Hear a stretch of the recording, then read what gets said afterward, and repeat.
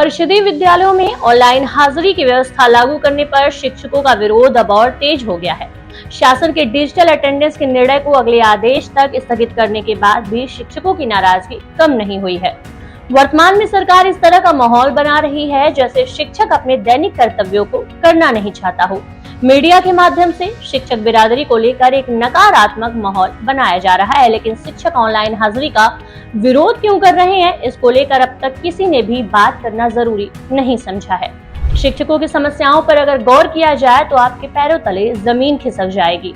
अब आप सोच रहे होंगे कि सबकी नौकरी में कुछ न कुछ परेशानी होती है, लेकिन एक शिक्षक जो आपके बच्चों को पढ़ाकर समाज को सुधारने में अपना अहम योगदान देते हैं, उनकी परेशानियां शायद ही कोई समझ सके।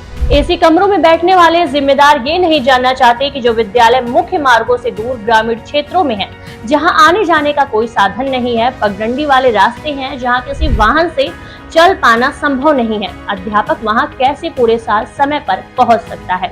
ये बात भी सच है कि पूरे साल एक ही समय पर किसी भी व्यक्ति को एक ही जगह पर नहीं पहुंचाया जा सकता, लेकिन सरकारी फरमान के आगे इन परेशानियों को समझने वाले कुछ अधिकारी भी मजबूर हैं। कभी रेल के फाटक का बंद होना तो कभी सड़क दुर्घटना जैसे तमाम कारण है जिनकी वजह से शिक्षक को देरी हो सकती है।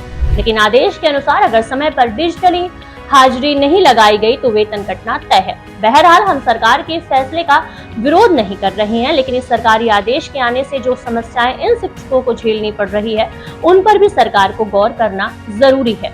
दरअसल ऑनलाइन हाजिरी के फैसले के विरोध में शिक्षकों के कुछ मांगे हैं, जिनमें 30 दिन का EL, 15 दिन का अर्थावकाश, राज्य कर्मचारी का दर्जा, वेतन विसंगति, पुरानी पेंशन बहाली, शिक्षा मित्र अनुदेशकों का भी नियमितीकरण जैसे मांगे शामिल है। शिक्षकों का कहना है कि अगर सरकार हमारी ये बातें मान लेती है तो हम भी ऑनलाइन हाजिरी के आदेश को मानने के लिए पूरी तरीके से तैयार हैं। शिक्षक, शिक्षा मित्र अनुदेशक, कर्मचारी संयुक्त मोर्चा ने हाल ही में हुई बैठक में निर्णय लिया कि वो विद्यालय के किसी भी रजिस्टर को ना तो ऑनलाइन अपडेट करेंगे और न ही प्रार्थना सभा की सेल्फी भेजेंगे। विभाग डिजिटलाइजेशन के आदेश को वापस ले। बैठक में शिक्षक नेताओं ने कहा कि डिजिटल अटेंडेंस को तो स्थगित कर दिया गया है, लेकिन महानिदेशक स्कूल शिक्षा कंचन वर्मा ने आदेश दिया कि प्रार्थना सभा में शिक्षक बच्चों के साथ खुद की सेल्फी भेजे, ये निजता का उल्लंघन है। डिजिटल उपस्थिति अगले आदेश तक स्थगित है। ऐसे में शिक्षकों से सेल्फी मांगना न्यायोचित नहीं है। इस तुगलकी फरमान के विरोध में प्रदेश के शिक्षक पूर्व की भांति काली पट्टी बांधकर शिक्षण कार्य करेंगे। खबरों के अनुसार जल्द महानिदेशक के साथ हुई बैठक का लिखित कार्यवृत्त नहीं जारी होता तो संयुक्त मोर्चा पूर्व घोषित कार्यक्रम के तहत 29 जुलाई को महानिदेशक कार्यालय पर धरना प्रदर्शन करने पर विवश होगा।